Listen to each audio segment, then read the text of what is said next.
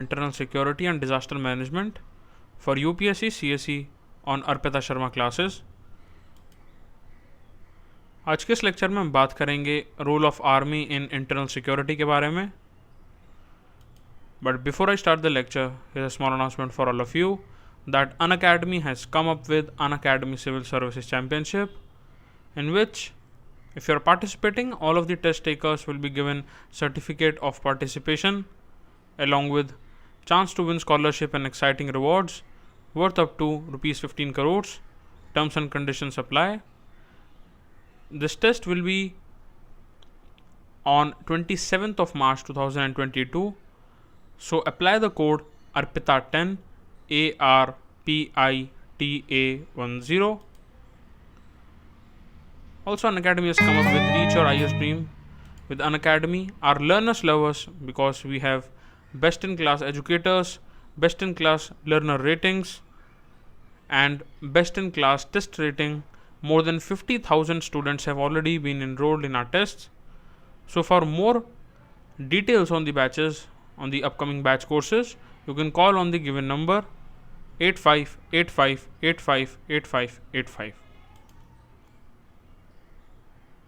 देखिए, आज इस लेक्चर में हम बात करेंगे कि इंटरनल सिक्योरिटी में आर्मी का कितना बड़ा रोल रहता है। जब भी हम बात करते हैं रोल ऑफ आर्मी के बारे में, तो उसको डिवाइड किया जा सकता है दो लेवल पर, डायरेक्ट और इनडायरेक्ट रूल्स में, जिसको आज हम इस लेक्चर के माध्यम से समझेंगे। अगर हम इंडिया के कंटेक्स्ट में बात करते हैं, तो जो इंसर्जेंसी की प्रॉब्लम रही है, टेररिज्म की जो प्रॉब्लम रही है, वो ऐसा नहीं है कि केवल और केवल हाल ही के 5 साल या 6 साल या कुछ सालों से ही है। ये काफ़ी समय से है, इनफैक्ट डेकेड से है। जम्मू कश्मीर का जो इलाका है, जो नॉर्थ ईस्टर्न स्टेट्स का इलाका है, उसमें हमेशा से इंसर्जेंसी या टेररिस्ट एक्टिविटीज़ काफ़ी सालों से रही है, स्टार्टिंग से रही है। And as a result of this violence cause due to insurgency and terrorism in this regions, बहुत सारे जो सिविलियंस हैं, या तो इधर उन्हें डिस्प्लेस कर दिया गया है उनकी जगह से, ये माइग्रेट करा गया है उनके द्वारा, और सिक्योरिटी पर्सनल्स की भी काफ़ी लाइफ जो है वो लॉस्ट हुई है, जो कि बहुत अनफॉर्चुनेट है। इसीलिए आर्म्ड फोर्सेस का बहुत बड़ा रोल, वाइटल रोल होता है कि इस तरीके की जो लड़ाई है between insurgent groups, militant groups, militias और सिविलियंस की लाइफ को बचाने का बहुत बड़ा रोल है।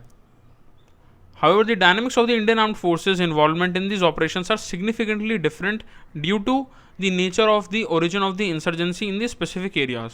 तो जिस तरीके की डिप्लॉयमेंट आपको हिमालयन रीजन में पाकिस्तान की तरफ, इंडो पाक बॉर्डर की तरफ देखने को मिलेगी, उस तरीके की सेम ऑपरेशंस आपको हो सकता है असम के आसपास के इलाके में, म्यांमार के पोरस बॉर्डर्स में ना देखने को मिले, बिकॉज हर तरीके से जो ऑपरेशन को ग्राउंड रियलिटी पर अंजाम दिया जाता है वो अलग अलग रहता है, बिकॉज ऑपरेशन का नेचर भी अलग अलग है। इंसर्जेंसी और टेररिज्म किस तरीके से ऑपरेट करता है वो अलग अलग है। जैसे मैंने आपको स्टार्टिंग के लेक्चर्स में बताया कि ऑर्गेनाइज्ड क्राइम जिस तरीके से काम करता है और टेररिस्ट एक्टिविटीज़ जिस तरीके से काम करती हैं, दोनों ज़रूरी नहीं कि आइडियोलॉजी से अगर टेररिज्म मोटिवेटेड है तो ऑर्गेनाइज्ड क्राइम भी उससे मोटिवेटेड हो। ऑर्गेनाइज्ड क्राइम में बड़ा पार्ट कमर्शियल गेन का आता है। तो इस तरीके की एक्टिविटीज़ को काउंटरएक्ट करने के लिए और सिचुएशन को न्यूट्रलाइज करने के लिए सिक्योरिटी फोर्सेस को भी अलग अलग अप्रोचेस को फॉलो करना होता है। तो देखिए, इसमें दो तरीके से हम रोल्स को डिवाइड करते हैं। पहला आता है direct role Indian armed forces का, और दूसरा है इनडायरेक्ट रोल। तो जब भी हम डायरेक्ट रोल की बात करते हैं, the Indian army has been playing a direct role in fighting insurgency and terrorism in Jammu and Kashmir वाला जो इलाका है और नॉर्थ ईस्टर्न स्टेट्स में भी ऑलमोस्ट डेकेड्स तक। यानी कि हाल ही के अगर आप पिछले 2022 से ऑलमोस्ट 20, 25, 30 साल अगर बैक में जाते हैं तो आप इसको समझ सकते हैं। This is despite the fact that the army is a force जिसको कि बनाया इसलिए जाता है और ट्रेनिंग इसलिए प्रोवाइड की जाती है जिससे इंडिया जो एक नेशन का कंसेप्ट है उसको एक्सटर्नल थ्रेट से बचाया जा सके। अब आप देखिए, जो आर्मी का डायरेक्ट इन्वॉल्वमेंट है, स्पेशली ऐसे वॉलेटाइल एरियाज़ में जैसे जो गिलगित बल्टिस्तान के पास का जो एरिया है, पाकिस्तान के पास का एरिया है, इंडो पाक बॉर्डर है, वहाँ पर सोशल अनरेस्ट बार बार कॉज करने की कोशिश की जाती है दूसरे इधर या तो ऑर्गेनाइज्ड क्राइम की यूनिट्स द्वारा या फिर दूसरे जो देश हैं जैसे पाकिस्तान की इंटेलिजेंस एजेंसी द्वारा। इसलिए सोशल अनरेस्ट को शांत करना भी बहुत इंपॉर्टेंट है। So the situation is such that the CAPF even cannot maintain peace and deal with the insurgents. And in Jammu and Kashmir, our hostile neighbor to the west, जो कि पाकिस्तान है, mainly instigates the problem of insurgency and terrorism. तो same एक ही जगह पर deployment proper एक जो की गई है वो दूसरी जगह पर नहीं की जा सकती, और इसलिए डायरेक्ट रोल इंपॉर्टेंट आता है. For over 3 decades, the terrorists operating in Kashmir are being provided direct assistance for their activities in this area. और इसी में आप देखेंगे कि काफ़ी सारे टेररिस्ट कैंप्स हैं जिनका सिचुएशन ही POK में है, पाकिस्तान ऑक्यूपाइड कश्मीर. और ये जो असिस्टेंस है ये पाकिस्तान डायरेक्टली प्रोवाइड करता है इन्हीं टेररिस्ट को, इन्हीं टेररिस्ट कैंप्स के द्वारा, जहाँ पर ट्रेनिंग प्रोवाइड की जाती है.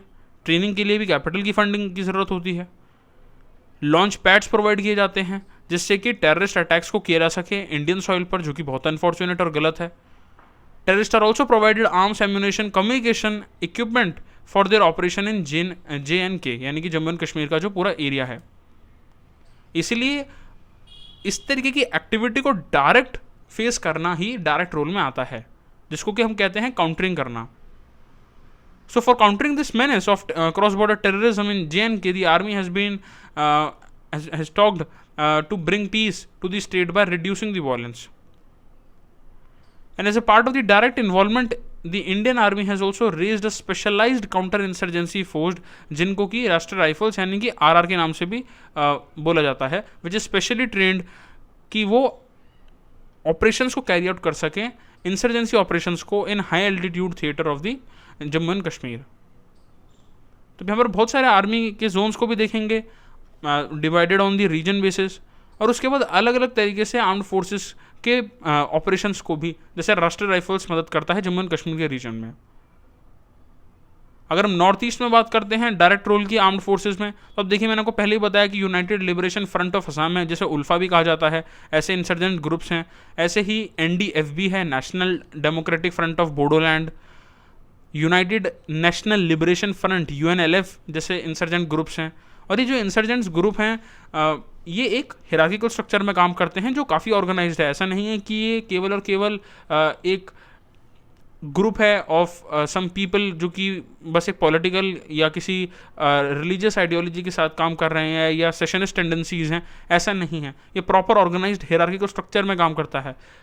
टेररिस्ट ऑपरेशंस को कैरी आउट करने के लिए इंडियन एस्टेब्लिशमेंट ज़्यादातर फोकस में रहता है, और स्पेशली जो इंडिया और म्यांमार का पोरस बॉर्डर है वहाँ पर, इसलिए आर्म फोर्सेस का डायरेक्ट रोल वहाँ भी देखने को मिलता है. This terrorist groups have their bases in Myanmar and receive there arms and ammunition from various south east Asian countries, जिसमें ज़्यादातर बड़ा हमेशा नाम किसी भी बड़ा अगर अटैक कोई होता है या किसी भी बड़ी कंस्पिरेसी के पीछे कहीं ना कहीं PRC रहता है, यानी कि People's Republic of China.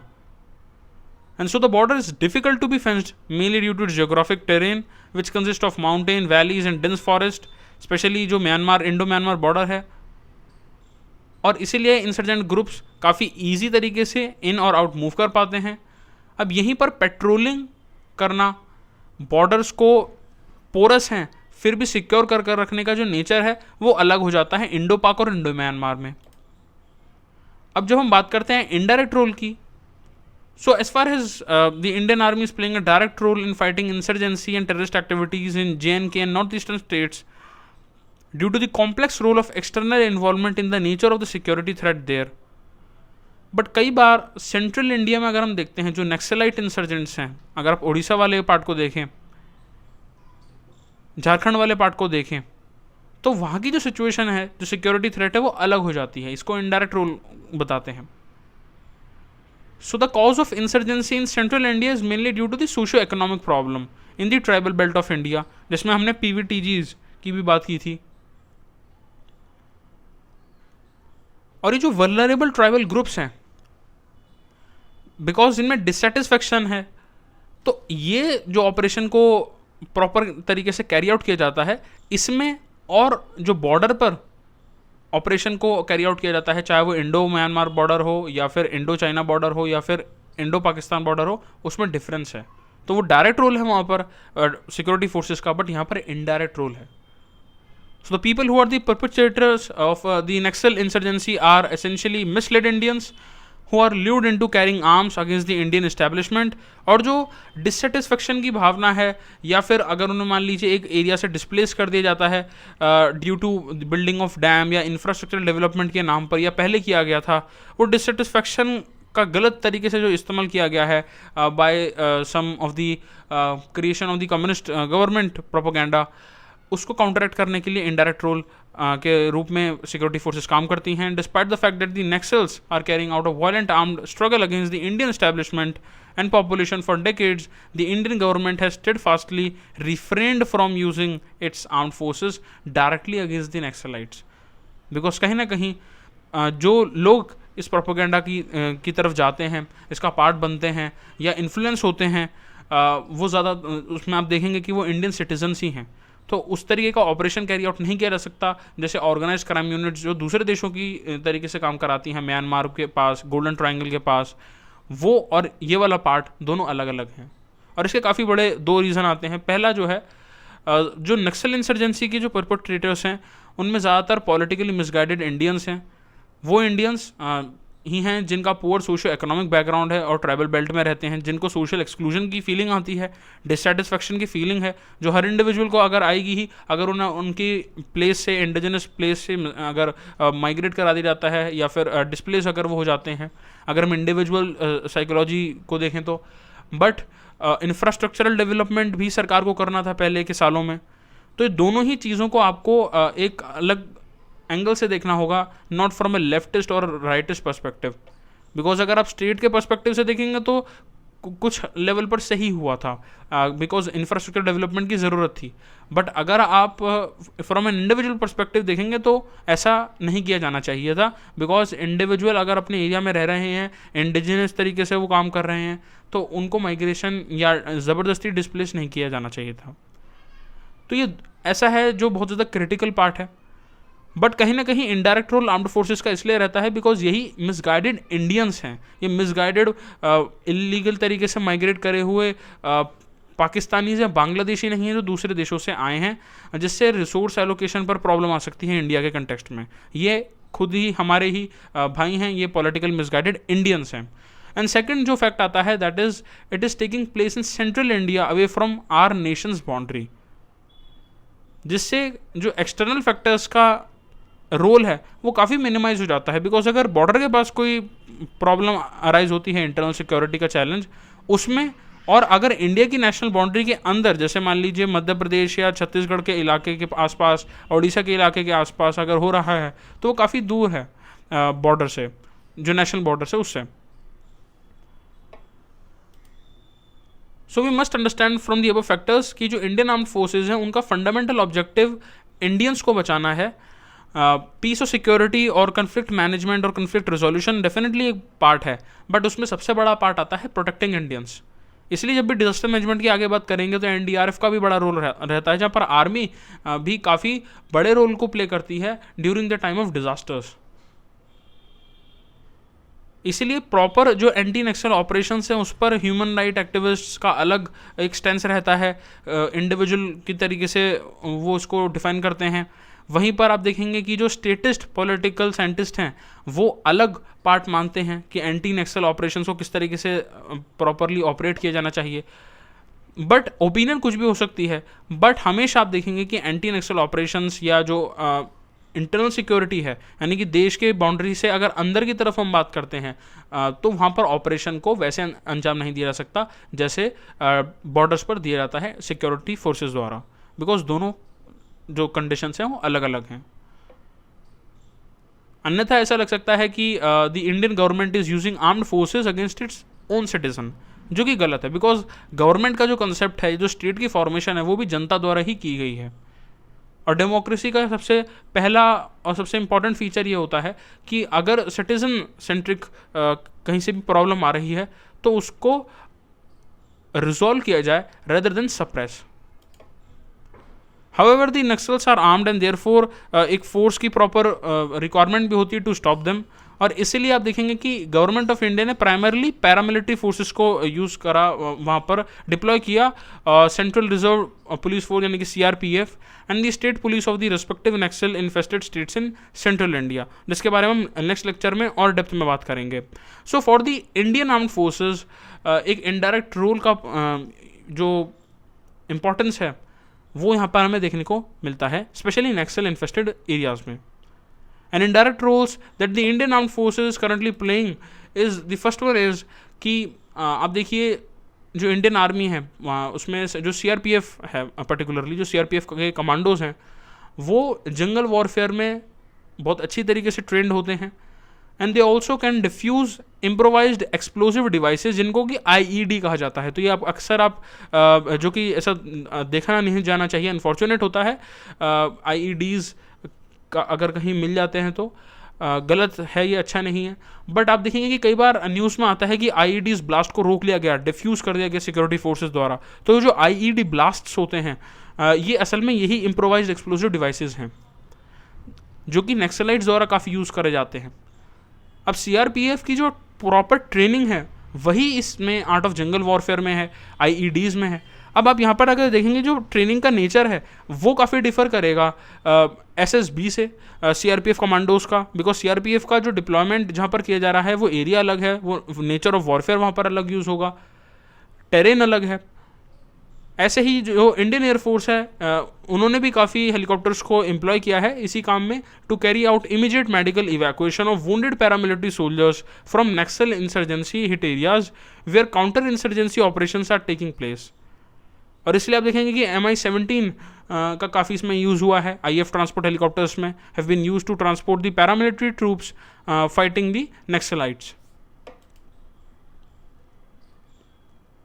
Plus unmanned aircrafts का भी काफ़ी यूज़ किया जाता है इंडियन एयरफोर्स द्वारा to carry out aerial reconnaissance of the Naxal movement and shared the information with the CRPF commandos carrying out operations on the ground। अब आप यहाँ पर देख सकते हैं कि ये जो पूरा ऑपरेशन है जिसमें IAF भी मदद कर रहा है और एक बहुत ही कोऑर्डिनेटेड तरीके से ये ऑपरेशन किया जाता है। MI-17 का इन्वॉल्वमेंट है, IEDs को डिफ्यूज़ करने की एक्टिविटी इन्वॉल्व है, art of jungle warfare involve है। तो ये इनडायरेक्ट रोल को शो करता है जिसमें मेन जो गोल है that is not to suppress but to bring peace. And ये पीस का जो प्रोसेस है इनडायरेक्ट तरीके से होता है, डायरेक्ट फेस टू फेस या फिर आप कह सकते हैं एक फ्रंट लाइन वॉर के रूप में नहीं होता जैसा most of the external security challenges के केसेस में या बॉर्डर के एरिया में या बॉर्डर सिक्योरिटी में देखने को मिलता है around the check post and the BOPs। अब एक और कंसेप्ट आता है इसमें जो है स्ट्रैटेजिक एसेट्स का कंसेप्ट। देखिए इंडियन आर्म्ड फोर्सेस का एक और बड़ा इंपॉर्टेंट टास्क जो है वो स्ट्रैटेजिक एसेट्स को, जो भारत के स्ट्रैटेजिक एसेट्स हैं उनकी रक्षा करना का भी है। So the Indian armed forces and the protection of the strategic assets, आपको जो स्ट्रैटेजिक एसेट्स है बेसिकली ये पहले पता होना चाहिए कि इसका मतलब क्या है। इसमें जितना भी सिविलियन इंफ्रास्ट्रक्चर है उसमें भी मिलिट्री इंफ्रास्ट्रक्चर बहुत बार आता है। जैसे जो इंटीग्रेटेड चेक पोस्ट्स हैं ICPs जिनको कहा जाता है, मेजरली ICPs मिलिट्री इंफ्रास्ट्रक्चर में आते हैं। ऐसा देखने को मिलता है कि जब भी किसी नेशनल सिक्योरिटी का चैलेंज अराइज करना होता है ऑर्गेनाइज क्राइम यूनिट्स को या मेजरली टेररिस्ट ऑर्गेनाइजेशंस को, तो वो सबसे पहले जो टारगेट बनाते हैं वो स्ट्रैटेजिक एसेट्स को बनाते हैं। और इन स्ट्रैटेजिक एसेट्स में भी मिलिट्री इंफ्रास्ट्रक्चर को सबसे पहले टारगेट बनाया जाता है, बिकॉज इससे दो काम एक साथ हो सकते हैं। पहला, जब हम वॉरफेयर टेक्निक्स में बात करते हैं जो फियर मॉन्गरिंग का जो स्टेट है, यानी कि आप सामने वाले जो भी एनिमी हैं, अगर इस केस में अगर हम बात करते हैं तो अगर जो टेररिस्ट ऑर्गेनाइजेशन है वो फियर मॉन्गरिंग करना चाहते हैं, और दूसरा इंफ्रास्ट्रक्चर को ख़राब करने से कहीं ना कहीं सामने वाले देश की या आर्मी की जो कैपेबिलिटीज़ हैं कोऑर्डिनेशन की as far as with the help of infrastructure goes, उस पर भी कहीं ना कहीं थोड़ी देर के लिए ही सही हॉल्ट आ सकता है, जिसका एडवांटेज ये क्रिमिनल ग्रुप्स या ये टेररिस्ट ग्रुप्स ले सकते हैं। तो बिकॉज इसकी काफ़ी एडवांटेजेस होती हैं स्ट्रैटेजिक एसेट्स को नुकसान पहुंचाने की फ्रॉम द टेररिस्ट की साइड, इसीलिए स्ट्रैटेजिक एसेट्स को प्रोटेक्ट करना बहुत ज़्यादा ज़रूरी हो जाता है, और उसमें भी मिलिट्री इंफ्रास्ट्रक्चर को। तो स्ट्रैटेजिक एसेट्स जो हैं इंडिया में ऑयल रिफाइनरीज आ सकते हैं, न्यूक्लियर पावर प्लांट्स आ सकते हैं, नेशनल कैपिटल, जैसे मान लीजिए जो पार्लियामेंट वाला जो एरिया है। इनफैक्ट अगर आप रशिया या यूक्रेन की वॉर भी देखेंगे और उसके नेचर को भी समझेंगे, या कहीं पर भी अगर कोई दो देश जो हैं वो किसी तरीके की वॉर में हैं, तो वहाँ पर स्ट्रेटेजिक एसेट्स को सबसे पहले प्रोटेक्ट किया जाता है, बिकॉज स्ट्रेटेजिक एसेट्स सबसे ज़्यादा इंपॉर्टेंस के हैं। मिलिट्री बेसिस इसमें आ सकता है, ports, check posts, airports, bridges across major rivers, dams इसमें आते हैं, जैसे भाखड़ा नंगल डैम हो गया, ऑफशोर ऑयल रिग्स, और सबसे इंपॉर्टेंट जो है इनमें, इन सभी में सबसे इंपॉर्टेंट दो हैं, नेशनल कैपिटल, पार्लियामेंट जो है, जहाँ पर सबसे ज़्यादा आप देखेंगे कि जो पूरा स्टेट का जो एक स्ट्रक्चर है, जो तंत्र का एक पूरा स्ट्रक्चर है, ग्राउंड रियलिटी पर जितने भी ऑफिसेज हैं, मिनिस्ट्रीज हैं, वो सभी इसका पार्ट है, और न्यूक्लियर पावर प्लांट्स, ये सबसे इंपॉर्टेंट स्ट्रेटेजिक एसेट्स हैं। So these infrastructure are very essential for the three wings of the armed forces, यानी कि air force, navy and army during the war time. और जो नेवल पोर्ट्स हैं या air bases हैं, ये सबसे वल्नरेबल होते हैं बिकॉज जो टेररिस्ट या होस्टाइल फोर्सेज हैं, या टेररिस्ट ऑर्गेनाइजेशन भी हो सकता है और होस्टाइल फोर्सेज भी हो सकते हैं दूसरे देश के, जो कि किसी भी तरीके के वॉर में आप एंगेज करना चाहते हैं, may attempt to sabotage them as powerful warships and aircrafts are most vulnerable while they are on their respective bases. Because सबसे पहला जो देश है, कोई होस्टाइल फोर्सेज है, वो ये नहीं चाहेंगे कि सामने वाला जो देश है उनका सबसे बेहतरीन वॉरशिप या एयरक्राफ्ट उनके अगेंस्ट यूज़ किया जाए, तो सबसे पहले वो उसी को न्यूट्रलाइज या ख़त्म करेंगे। इसका एक बड़ा एग्जांपल आप 2016 के बहुत अनफॉर्चुनेट इंसिडेंट में देख सकते हैं, जो कि पठानकोट एयरबेस अटैक हुआ था, is an important example on how the terrorist groups may target an important strategic asset of India. इसीलिए आर्म्ड फोर्सेस की वाइटल ड्यूटी भी है और बहुत बड़ा इंपॉर्टेंट रोल भी to protect their respective strategic assets, जो कि इनडायरेक्ट और डायरेक्ट रोल के बाद आता है। So before I end this lecture, a small announcement for all of you that Unacademy Lite for prelims and CSET test series is here. Target 2022 and 2023 prelims. More than 50,000 enrollments have already been made, along with rating of 4.5 out of 5. So apply the code, use the code ARPITA10, ARPITA10. Unacademy, let's crack it.